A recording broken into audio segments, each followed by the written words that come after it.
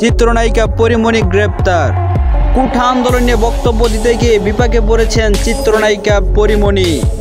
পরীমনি তার ফেসবুক পেজে বলেন, শিক্ষার্থীরা কোঠা আন্দোলন করতেই পারে, তাই বলে কি এভাবে শিক্ষার্থীদেরকে গুলি করে মারতে হবে?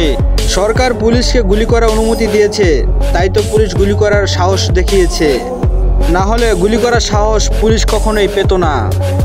আমি বাংলাদেশের পুলিশকে বলতে চাই, আর একটি শিক্ষার্থীকেও গুলি করে মারবেন না, কারণ ভুলে যাবেন না আপনাদেরও ছেলে মেয়ে ভাই বোন আছে, তাদেরকে কি আপনারা এভাবে গুলি করতে পারতেন?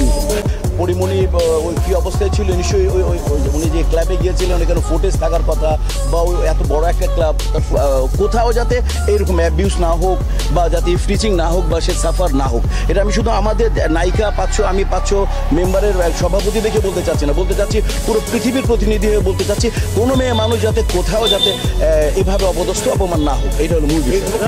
বন্ধুরা, পরীমনি গ্রেপ্তার হওয়াতে আপনি কি ভাবছেন?